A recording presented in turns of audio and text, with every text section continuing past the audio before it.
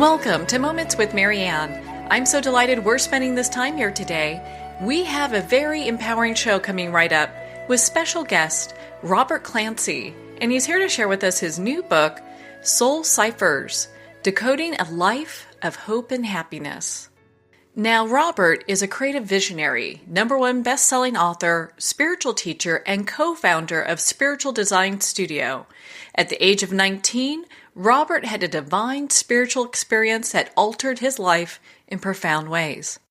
He's a sought-after speaker, presenter, and guest, and Robert is also a regular contributor and weekly guest on Los Angeles' KABC Radio syndicated late-night health radio show. So let's welcome to the show, Robert-Clancy. Well, thank you so much. It's a pleasure to be here. What a joy it is to have you here, Robert. I mean, we've been connected on social media for some time, and I've seen your book, and so it's so nice that we get to have this conversation. Yeah, I know. I'm excited especially, I never know what the questions are going to be, so that's what I always love, and the conversation and where it goes. Well, let's start with the beginning. Why don't we start with what inspired you to write this book? And I know the answer, but I'd love for you to share it with our listeners. Yeah, well, my first book, which was Hitchhiker's Guide to the Soul, and I kind of wasn't ready to tell the full story yet, if you know what I mean, of what happened to me, but it kind of set this book up. And I found that many people, they read the inspirational stories I had in the first book, and then they said, I saw how you transcended grief, or how you went through forgiveness. How do I do that? And I'm such a logical person. I'm actually a programmer too. So I combined both in this new book, and I added these decodes. So it's little things that you put into practice at the end of each chapter. And that's kind of the journey to the structure of this book. But the onus was actually to tell and share my truth, which I've been keeping a secret for about 30 years, of a divine experience that happened at age 19. Well, and you share about that in the book, and you go into great detail, and it's just heartwarming to hear about that experience. It's heartbreaking at the same time, just what you went through. Yeah. And I get emotional just thinking about that, and the new book is really chronicling the whole story of that. But there's a short story. It's actually the night that I told my father of what happened to me in 2012. And it was actually the day before Mother's Day. And my mother was on her deathbed and passed away on Mother's Day. And I decided I can't keep this a secret. And I decided to share it more with the world. And that's why I wanted to, and you referenced the detail in that story, because I wanted to capture what happened. And so I don't keep people on the edge of their seats. What happened to me was I was way off the rails at 19.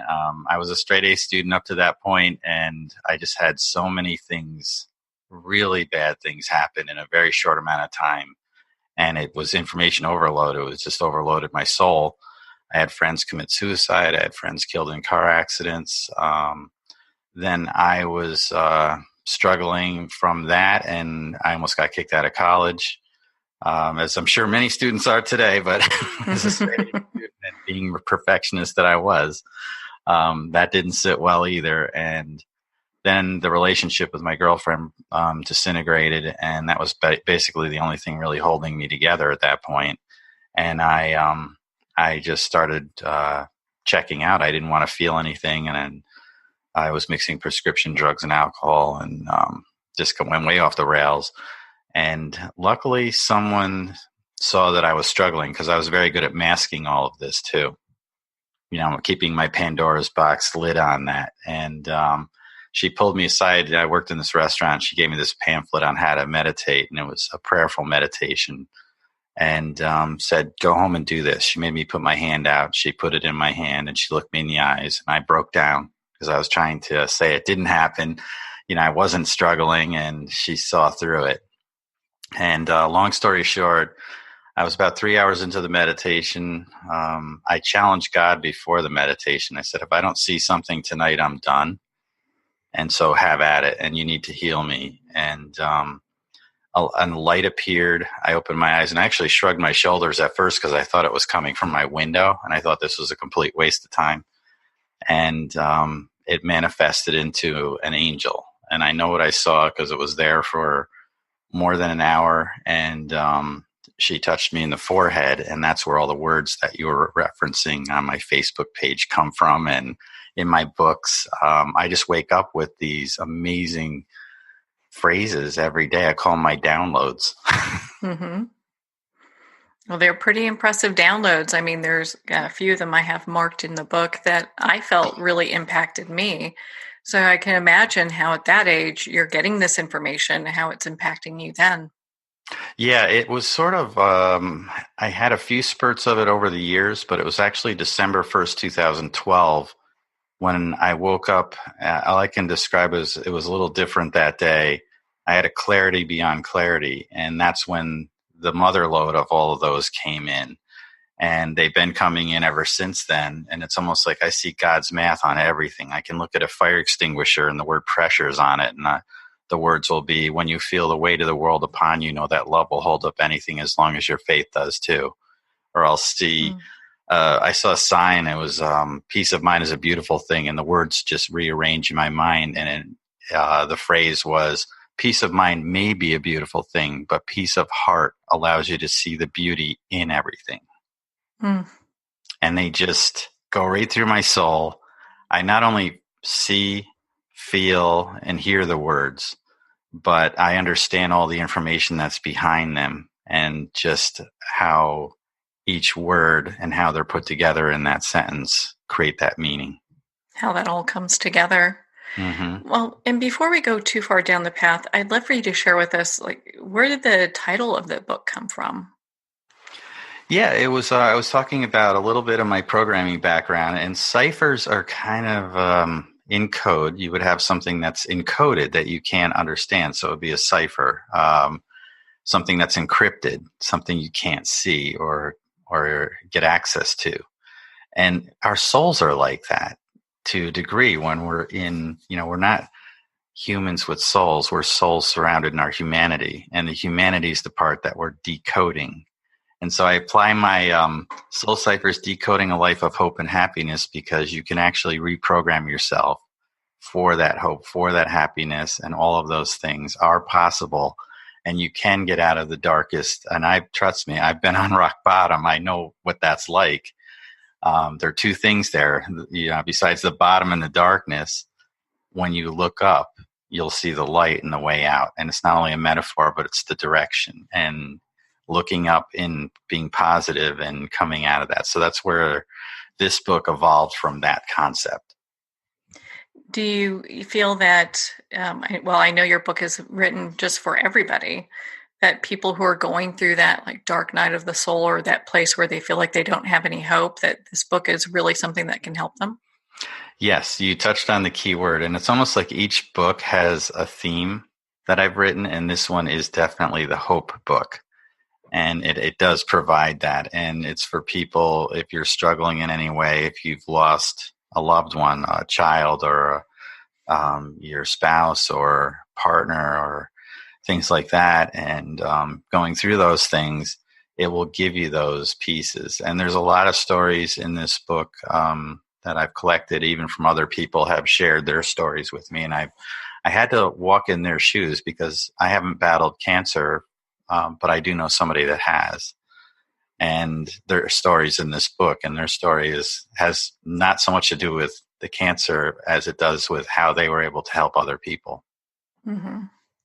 Well, it's that whole journey. A lot of times when people are going through something, that shared experience that we have allows us a lot of grace. Right. And that's another one of those keywords. I read your book. Yeah, you have. And, I look at the faith, love, hope are kind of, there are no synonyms for either of those words, any of them. Mm-hmm. They just are. And they really only exist when you believe in them. Faith is having that belief.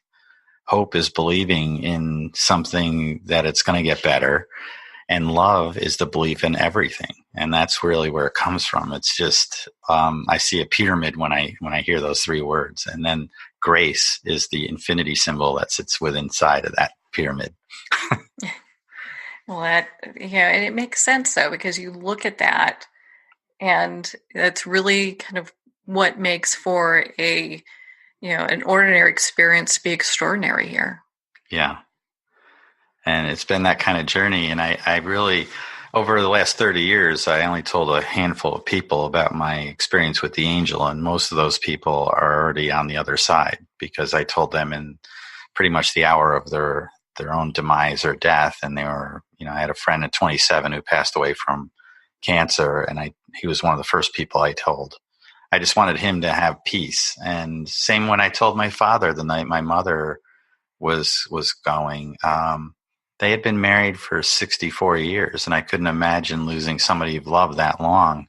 And he was at peace. And when I told him the story, he didn't say anything that night. He just said something the next day. And that's the only thing he ever said about it. He just told me to tell her brother, my Uncle Dan, about the angel. It's the only time he mentioned it. But he was at peace, and he stayed with us for many more years after that. And we got to enjoy his soul with us until he crossed over. I made that transition. Yeah. Well, in your book, you talk about, how you've thought about the different gifts that the angel has given you.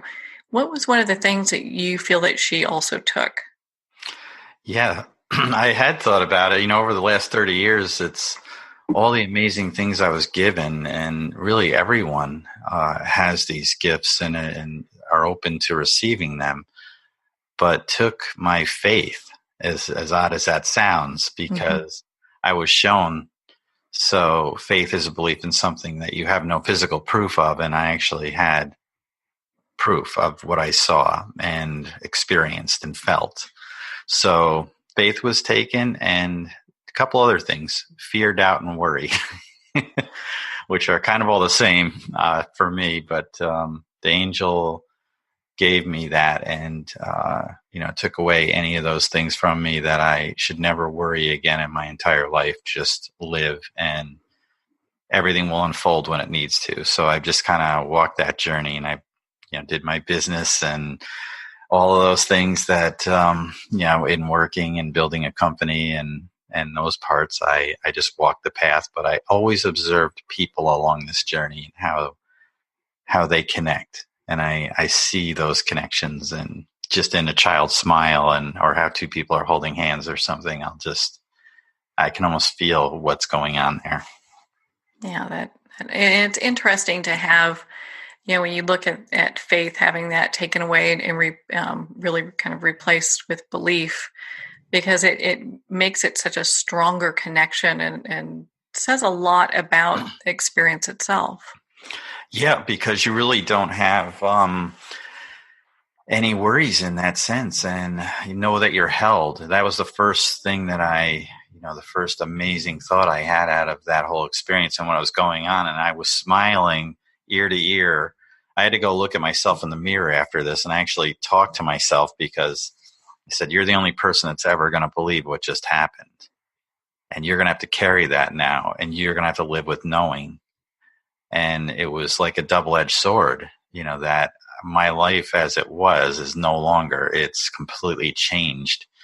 And, I could imagine if everyone had that experience, how the world would be. I have to carry it. And, I'm there, and I just, like I said, I lived the last 30 years just observing people, and I put my hand on their shoulder and say, you might want to say a prayer. They actually, they do go somewhere. Mm-hmm. Well, and I feel like your book can be really a testament to people who are going through dark, difficult times, and that it really tells them it's okay to reach out for help. Yeah, in many different ways. And there's a story in there, The Reverse Climbs, which is an epiphany that I had when I was climbing into the Grand Canyon. And of course, I went on Bright Angel Trail, like who wouldn't? But that's also like taking Class 5 rapids. I didn't know. And I'm walking down into a desert, and I didn't have enough supplies on me. And I came across this sign, and it said, if you choose to pass this sign and you do not have 4 liters of water on your person, we will not be able to rescue you or recover your body for some time. And then somebody scrawled like, have a nice day with a smiley on there. And, it didn't hit me at first, but I did pass the sign, and I only had a half a bottle of water. And I kept going because I thought this is easy. And it wasn't until I passed a park ranger and he told me that they lose people on the trail. And for first, a couple seconds, I was thinking, how can you lose anybody on this trail? It just goes down and comes out. I mean, there's no way to really lose somebody. And it didn't hit me that he meant that they die. And that's when by the time I got home, because a reverse climb means you go down fast, but it takes you double to get back out. Mm-hmm. So it's like being on a staircase for 8 hours. Think of climbing a flight of stairs for a couple of minutes and then do that for 8 hours in the heat. So yeah, I was out of water. I was dehydrated. I made it to the top of the trailhead. It was hours and hours later. My legs were like jelly, and I get to the hotel, and the receptionist there said, "You been hiking?" And I said, "Yeah." And she said, "Would you go into the Grand Canyon?" I said, "Yeah." And she said, "What trail?" And I said, "Bright Angel Trail." And she said, "Oh, the nickname for that trail is Devil's Staircase or Staircase or something like that." Mm-hmm. And I said, "Yeah, I know." And while I laid there, I thought, how many people didn't bring something on that trail and didn't ask for help? How many people saw those people and didn't offer help? And that's kind of what we need to do. When we see someone struggling, and I do martial arts, so typically when you're in pain, you retract. Your body will repel from that. And when you see somebody in pain, we tend to turn a blind eye because you just don't want to get in and feel that energy or be part of that. And that's exactly the opposite what a martial artist does. They go into the pain to alleviate it. And when we can do that with each other and say, hey, I see you going through this, know that I'm there. And sometimes it's just an ear that someone needs that's listening to them. That's so important. And a lot of times that's the most important thing, is being able to be heard. Yes. And felt and be recognized. And even when I see homeless people, we tend to not look like they are invisible. And I learned a lesson in that a while back too. And I just stopped and talked to this guy and said, "I see you." And that was all he needed to hear. Yeah. I mean, that's extremely powerful. And, of course, these are people who, for one reason or another are down on their luck or traveling that way. It depends on their situation.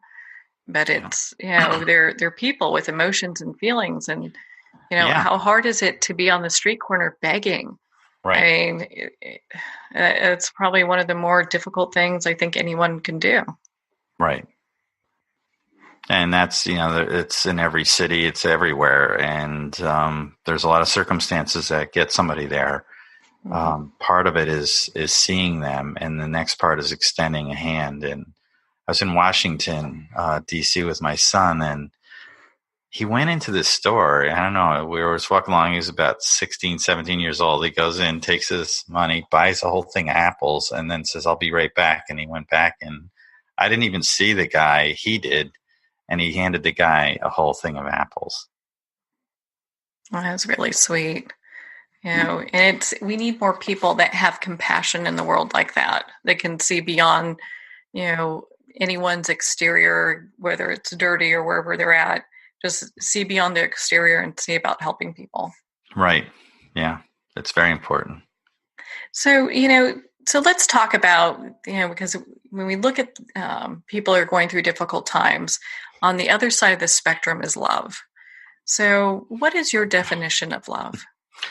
Well, that is my favorite word on the planet and in the whole universe. And It was actually one of the first quotes that I got. And I have an acronym for it. And it's leadership, opportunity, volunteerism, and enthusiasm. And I've been volunteering with this group of amazing people. It's the Hugh O'Brien Youth Leadership. And I've been there for 30 consecutive years. So it's all part of my whole journey. And there are amazing lights that go through that. And the quote that came out of that was, "When you fill your heart with love, life will mend itself. But when you fill your soul with that love, you'll be able to mend the hearts of others. Mm, And it I just love that. comes, and I remember distinctly when I received those words and when I wrote it down, because I have a journal. It was back in the mid 90s. And that's when one of the first quotes that I had came through, or the first words. And then there were like little slices of them over the years. But now it's just like an open book. Like I see it in everything. I can look at a flower or a child or a smile or anything, and it's just words will just flow out of it. That what a remarkable place to be in, to be so connected. And I think it really serves as kind of like a lighthouse for other people that are looking to have that kind of connection. Yeah, and there's this just to fill in the second half. So this is one of the more recent quotes on love that I have. Mm-hmm. It's love is the peace-filled eye of every one of life's hurricanes. Mm-hmm. That's a good one. It's just like I can see it too. Like I can see that visual, and they're all stored like pictures in my mind, like a Rolodex. So I can just call them out of the air. Well, the one that really kind of spoke to me in your book is it starts the chapter of no limits. The only limits love have are those that you impose upon it with your own heart. And how true is that? Yeah, it's I have another part of that, and it's love has no walls, thus it cannot be conquered. Love has no boundaries, thus it is always open, and love has no limits, thus it has no end. And that's the thread that holds the very fabric of the universe together. And it's the very thread that holds the fabric of your own universe together. And when you can put both of those into the same perspective of that, everything is possible. There are no limits of anything. The only limits you have are your own imagination, and that should also be limitless, just like love. And when you can carry that, it's like, why not? Why not me? I questioned for 30 years, why me? Why was I picked by the angel? Why was I touched in the forehead? Why was I given this? And in 2012, as December 1st, I woke up with the first words from the mega download, which was, why ask why when you should ask why not? Well, there you go. Well, and the thing is too, I mean, you have, it's taken it's been a journey, but you have, openly talked about your experiences, whereas maybe some other people would feel like, gosh, I don't think I could really talk about this, Mm-hmm. Oh, I know. And I recently went on, our local NBC affiliate called me. I was supposed to be going on air for volunteerism. And it was an interview that came in like on a Wednesday, and they said, can you be in the studio? So I'm there, and the news anchor's there, the whole thing. And I'm in the chair waiting, all of that. And about 2 minutes before we go on air, she looks around the camera and she said, I went to your Facebook page and I was reading your words. Where do those come from? And I said, do you really want to know? And she said, I do. So I pointed to heaven, and then I explained to her my divine experience in about 30 seconds. And her jaw dropped, and she said, are you okay with talking about this? Oh my God, we have to talk about this. And so that was the first time I spoke to my surrounding community, which is about 7 counties in our whole, wherever the affiliate broadcasts, and then online and everything else. So I got about 150 messages before I even got home from the studio from people all over, just saying what you just said just touched my soul or healed me or brought me back to faith or those things. So I know I'm on the right path of what I have to do. And it really comes down to living your truth. And I couldn't really be me because that is part of my truth. And it's just, it has to be told, and I'll accept and I trust the big picture, that God has placed for me. And I have that in my heart now. And I know that it's held, that this is part of my journey in this life. For those that are trying to take little steps towards that type of belief, what advice would you give them? It's to really stand up for what you believe in. And the person that I can really look to is my parents, my mother especially. She was very faithful. I avoided talking about religion.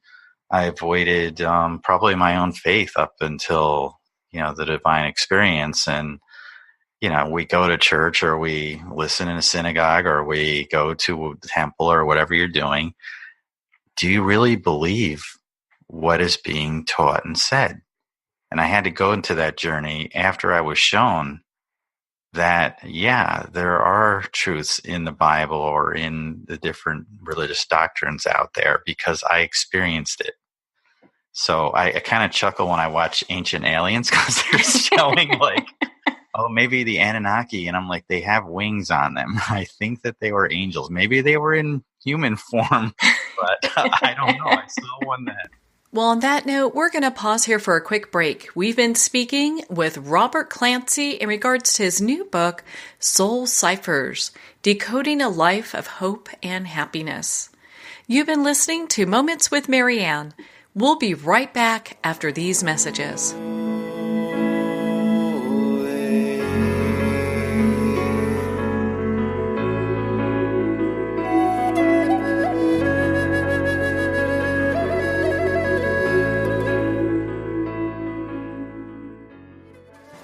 Internationally recognized and award-winning author Judy Goodman works and teaches outside the box of limited thinking. Working with people from every walk of life, her goal is to empower you to be the best you can be, no matter what the challenge is. Born with the gift of seeing beyond our normal vision, she has an extraordinary gift of working with every challenge. Teaching beyond conventional wisdom, her work is described as life-changing. Visit judygoodman.com. That's judygoodman.com.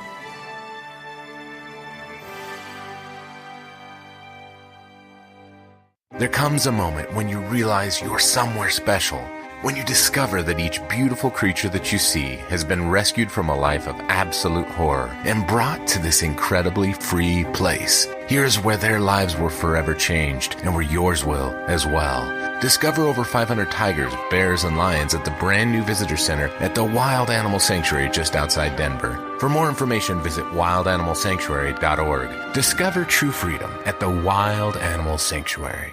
Have you ever had the sense that your thoughts might actually be doing something? Ancient secrets of manifesting have been masterfully revealed in the award-winning book Manifesting 123 by Ken Elliott. For the first time, the author's experiences and stories in this book describe exactly how your thoughts can create anything. You've been doing this all your life, but it's never been fully explained for you until now. Visit manifesting123.com for more information today. Manifesting123.com.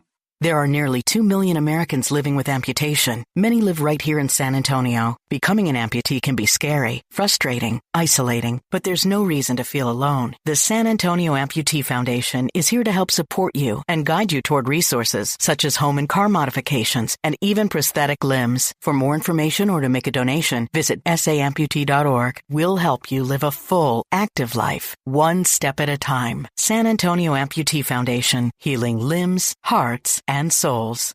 If not me, then who? This ethos is driving the Travis Manion Foundation to empower veterans and families of fallen heroes to develop character in future generations. In 2007, Marine First Lieutenant Travis Manion was killed in Iraq while saving his wounded teammates. Travis's legacy lives on in the 5 words he spoke before leaving for his final deployment. If not me, then who?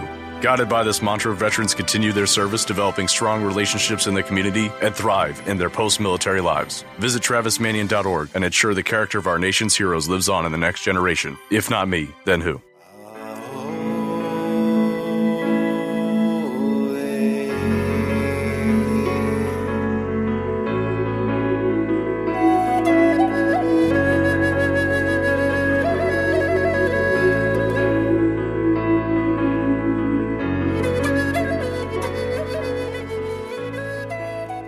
Welcome back to Moments with Marianne. We're here today with special guest Robert Clancy, and he's sharing with us his new book, Soul-cyphers, Decoding a Life of Hope and Happiness. Now, Robert, before we left for a break, we were kind of talking about some of these different shows, kind of like Ancient Aliens, and how they always attribute everything to aliens. But perhaps some of those beings could be angels. I mean, we were talking about how they have wings. What are your thoughts on all of that? I believe that for thousands and thousands of years, people have been guided by these beings, which are God's messengers, and through God's words coming in. And so I had to take that on. And my mother was very faithful. And I thought, what what a great way for me to honor her, stand up for the religion that she believed in with all of her heart. And to, why am I not speaking about it? And why aren't we? And it takes courage. Yeah. And it takes, I've just sat in awe of those that have faith. And it takes that kind of faith, which I didn't have. And I've just sat back and I thought, I'm not worthy of this, because those people, the people that have held the faith, I'm like, oh my God, like, you just believe because you believe. I had to be shown I'm not worthy. Well, and it's interesting, there's a poll done recently that talks about now more than ever, that most people, I think it's actually gone to a point where most people are saying that they don't have a religion. That's not for them. So when we talk about, the Bible and your experience, I've always believed that there is a thread of truth throughout that. And I think that's something that people can really grasp on and understand that it's like, hey, there is some truth to this, and you have to find it for yourself in many ways. Right. And if you really think about it, if somebody goes back and they listen to every interview that I've probably done talking about my experience, it might change slightly depending on how I'm saying it or what I'm saying.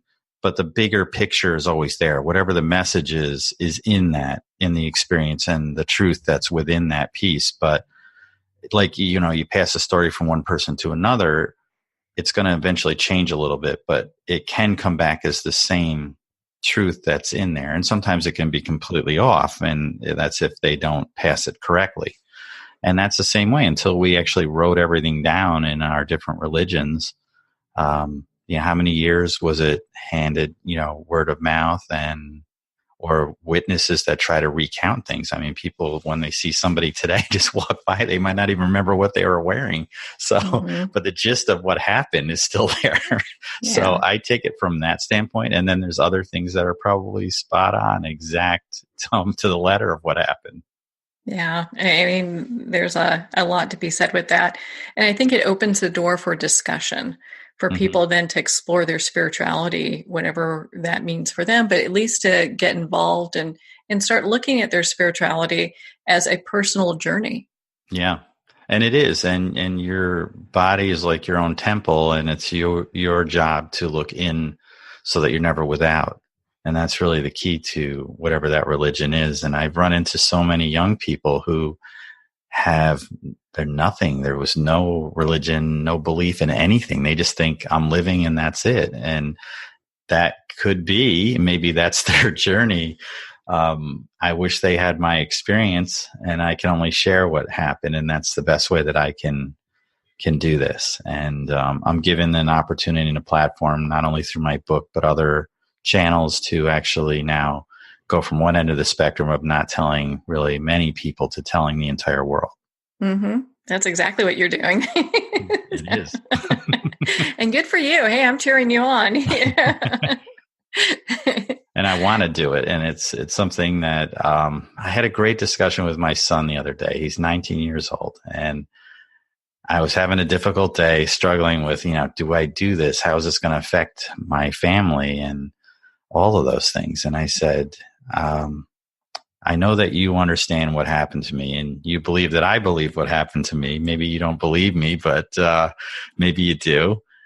But I won't do this if it's going to affect you, and it will if I do and go out and do this with the rest of the world and the platform that I'm going to be given to do this in, which is a movie. And I said, are you okay with that? And he said, I am, and we need to do this. And you need to do this. That is some great. It must have felt so empowering to have your son say that. Yeah, because I didn't know what he was going to say at that point, and I was at the, I'd just gotten the call, for the screenplay and the whole thing, and it's there on a silver platter if I want it and if I want to do it, but I wouldn't do it if it was going to affect him. And he said, I'm ready for this. So let's do this together. And that was the gist of his message. And I was like, okay.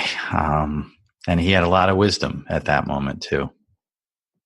It seems that your family has a lot of wisdom at the age of 19, I'll tell you. Yeah. And I'm looking at him because he is the same age that I was when this happened. So I know what I was like then and what I could process and what I couldn't. And I'm looking at almost like a mirror. I'm like, wow, he's the same age I was when I not only went off the rails, but then had the experience. So I think, I look back and I'm like, my wife and I did okay. He's got his journey too. And I didn't want to taint what he has to do by forcing anything. And that's really, each of us have our own journey to take. Well, and so when we talk about journey, a lot of people tend to carry their emotional baggage with them from place to place to place to place. What are your thoughts on why people hold on to their emotional baggage and how can they release it? Yeah, that's probably the number one question in the world. If we could all do that, we'd be much lighter, huh?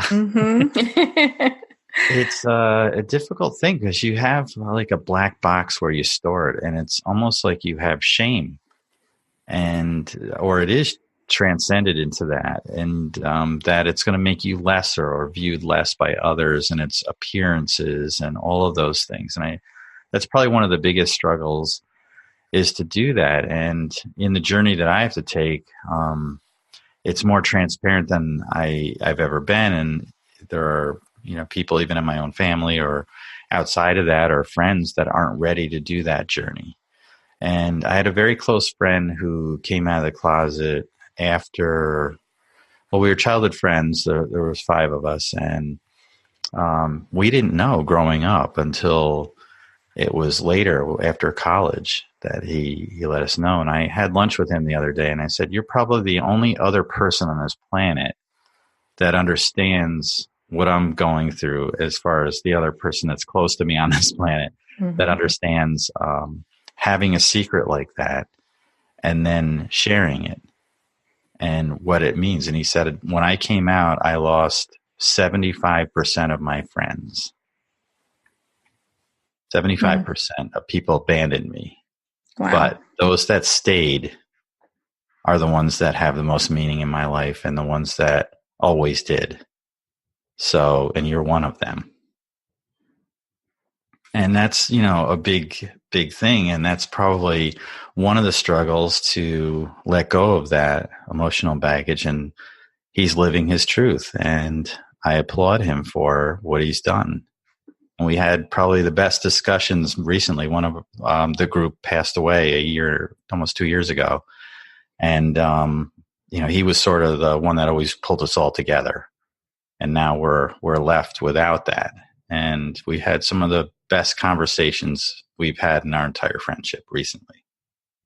With that level of openness is probably just a place where love was, that there could really be authentic discussion. Yeah. Yeah. And we have these amazing lunches now, and it's all on the table because when my other friend was struggling with cancer, I had to call him and say, in the last year of his life, we need to take the gloves off now. We need to be real. And we're going to have some difficult discussions and some that aren't going to be easy for me or you, but we have to have those. And I told him that, I could see the pain written not only on his face, but the last time I saw him with his family, it was on his kids' faces as well as his wife. And I said, we all don't know how much time we have, but how you face this is going to be one of the biggest things that you do. And it's how you're going to be remembered and how your kids are going to remember you. So they got to see their dad and his fighting spirit and his love. So I get to the hospital, I get the call, had to drive like 5 hours through a snowstorm down in Philadelphia, trying to get there, and you get into a strange hospital, and you've probably been in this situation where you're getting in there, somebody's been admitted, you don't know where they are, what room or any of that. Now I'm in a strange city with, just trying to get parked and get in there. I come through the door and his son is standing there waiting for me. Oh. And I hear, "Hey, Uncle Bob, Dad's upstairs. I can't wait for you to see him." And I thought, he did it. He's able. Yeah. It was just amazing. And I walked in and his daughter was there. He was hours away from crossing over. He was almost unconscious, or couldn't speak. There was no movement. I held his hand and he was able to squeeze it while I talked to him quietly. And I told him, you can go now, because I actually met with his son and daughter and told them everything that he wasn't able to, because he lost his ability to speak a few days earlier and he hadn't had the discussion yet. But he had told me. So I told them, and that was an amazing, amazing moment of our friendship. Yeah, it's tough when we're in these positions where we have loved ones that are there, but to see that transformation and everything come together, what a beautiful thing to be a part of. Yeah, and I did get I asked them, I said, if you understand what I'm saying, just squeeze my hand, and he did. Mm-hmm. So I know he was still in there. Get that confirmation that he's hearing what you're saying and appreciative of what you're doing. Right. Well, and it's, we look at these journeys and it's tough. I had a friend recently that has passed, and kind of the same type of thing. And some of the realizations that she had on her last few days was just very interesting. And you could see the soul as it's going through its progress. Yeah. One of the things that seems to happen quite often, for those of us who aren't making that journey quite yet, self-worth comes into play so much. Mm-hmm. We hear this thing, and you kind of touched on a little bit about guilt. We get a lot of, you're not worthy, people feeling guilty for mistakes that they've made in the past. How does this all come into play with being able not only to walk our journey that we are, but walk through, feelings of doubt and unworthiness to the place where we're feeling like, I'm somebody that has hope? Well, I have these amazing words that we're all like born from the stardust. And what could be more beautiful than that, in that light that you have within you? Because we're born from the stars. And there are many things that come from the stars. One of them is gold. And when you look at that, and everyone has a right to shine, and your self-worth is one of the biggest struggles. And I can't say I'm perfect in that regard, because I also, question myself and different things that happen. We all do. That's part of the journey. But it's dreaming big, and a miracle happens when you act upon that dream.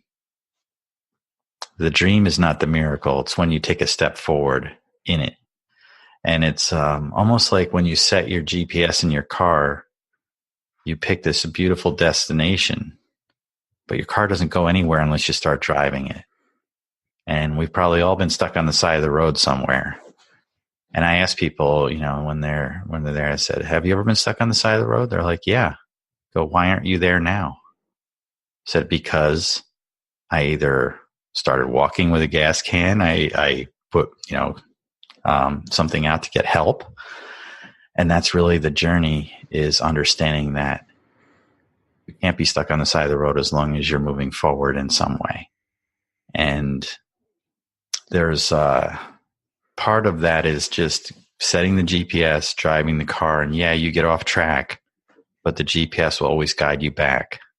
It might take a little longer, but you'll get there. And that's kind of how life is. And the self-worth journey is really part of that. And I've actually been keynote for the American Foundation for Suicide Prevention. And I was at a few events, hundreds, thousands of people out, that I'm speaking with. I didn't realize that some of the people in the audience, because I thought it was all of the people who help the people who are struggling. Mm-hmm. It was actually people who were struggling themselves. And this one woman came up and she hugged me so hard that it took me a couple minutes to get her back so I could see her face. And she's got tears flowing down her cheeks. And she said, what you just said just healed me. Oh, my goodness. And it was her inner self-worth.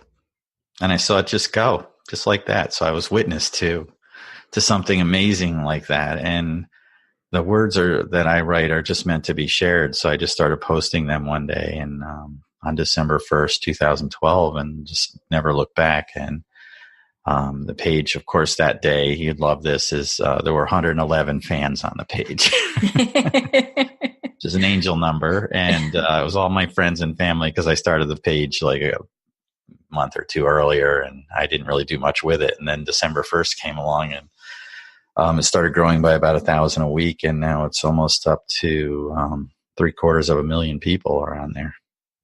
It says that a lot of people are really resonating with not only your work, but how it's impacting their lives. Yeah, they're just meant to be shared. This is the legacy, what I have to leave behind, and that's part of the whole thing. And being able to tell my story is the second part of the chapter. So I get these quotes, and when I see a book, it's almost like every chapter in life should begin and end with love.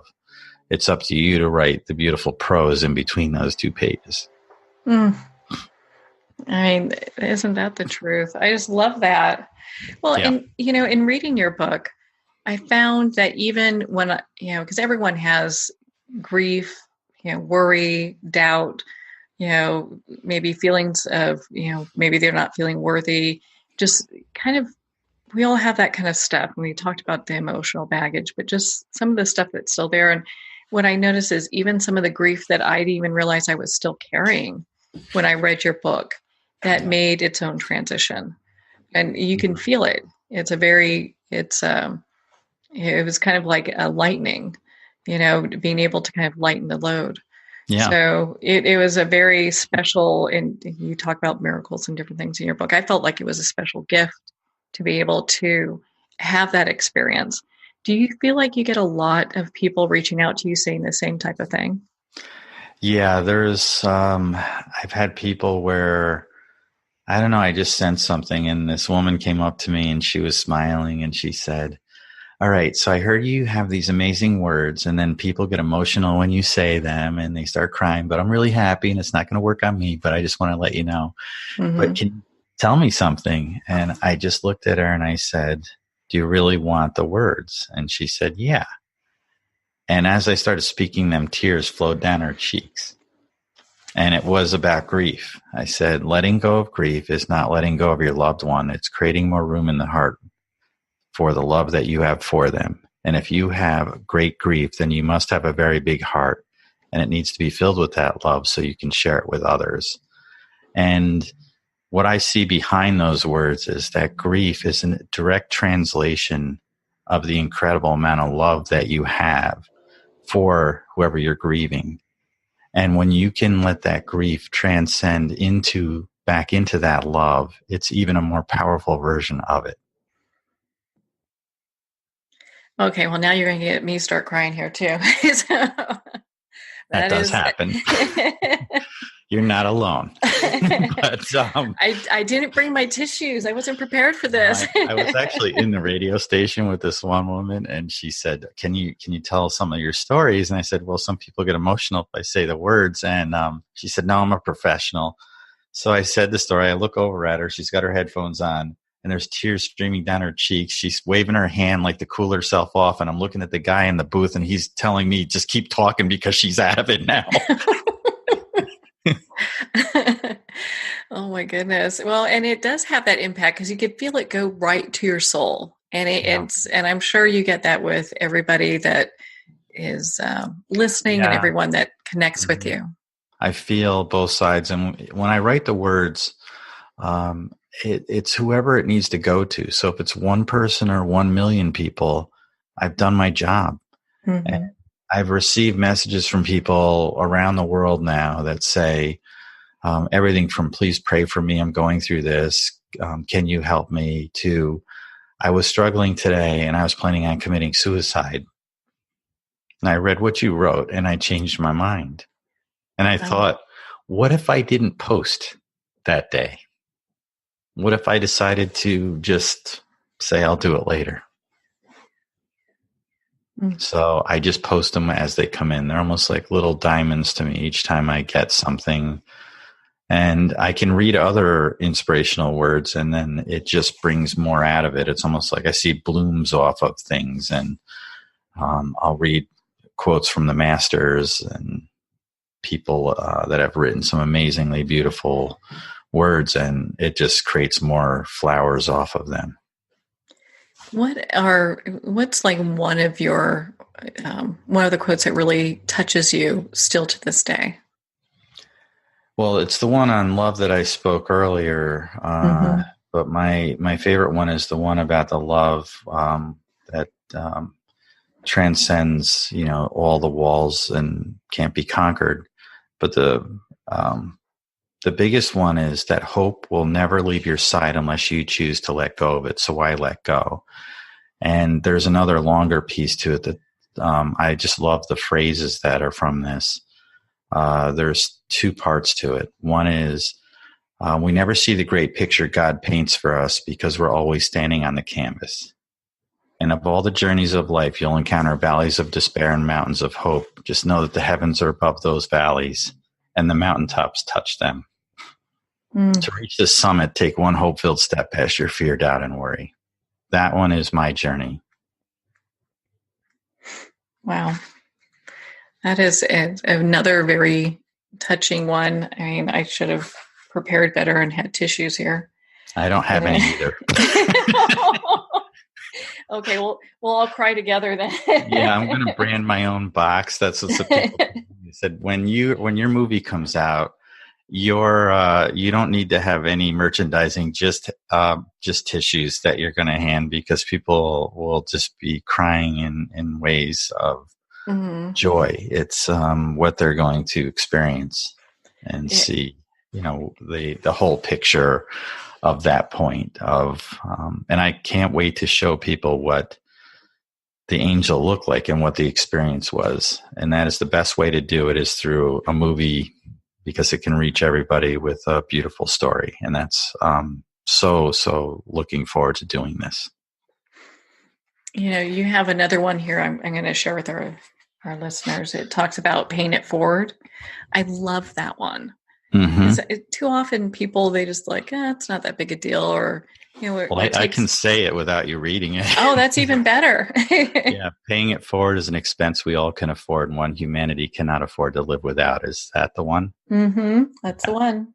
Yeah, I see those words and feel them, and it's just inspiring people to do something. Paying it forward can be as simple as sharing a smile. It doesn't have to be buying coffee for somebody behind you in line, although that's great. The smile is the greatest tool that you carry with you every day, and you just got to learn to use it, because it's a unique gift that we have. And you can tell when someone's giving you an authentic smile. They're just, you can see them glowing, giving you a smile. And a lot of times it could be something that shifts somebody's day completely. Yes. And it's all part of that. And I look at it that it's this tool that you carry, and how often do you not use it?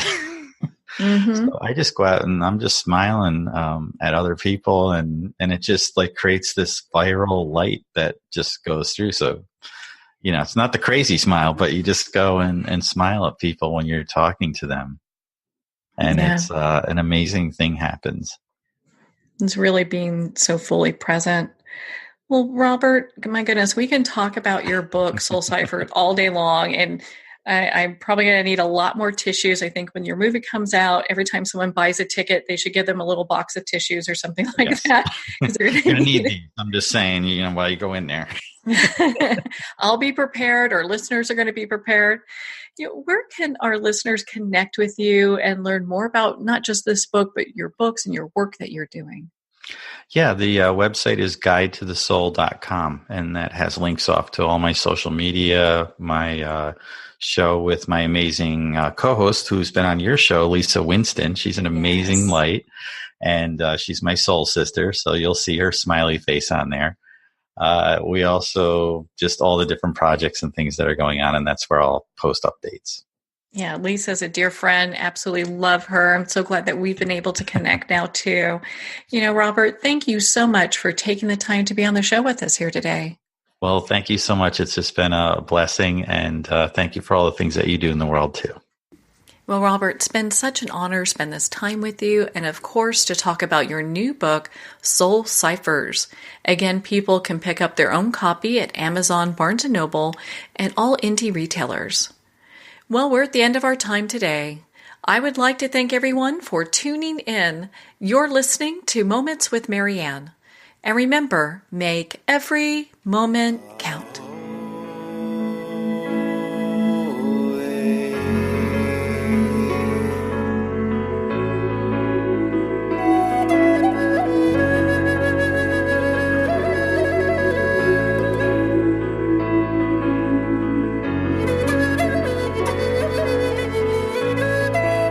In a single moment, your life can change. Moments with Marianne is a transformative hour that covers an endless array of topics with the best of the best. Her guests are leaders in their fields, ranging from inspirational authors, top industry leaders, and business and spiritual entrepreneurs. Each guest is gifted and a true visionary, a recognized leader in her own work, and while teaching others to develop, refocus, and grow, Marianne will bring the best guest and sometimes a special surprise. Don't miss this. You never know just which moment will change your life forever. Moments with Marianne airs every Sunday, Monday, Thursday, and Friday at 8 p.m. Eastern and 5 p.m. Pacific Time. Make sure to tune in and visit momentswithmarianne.com for more information.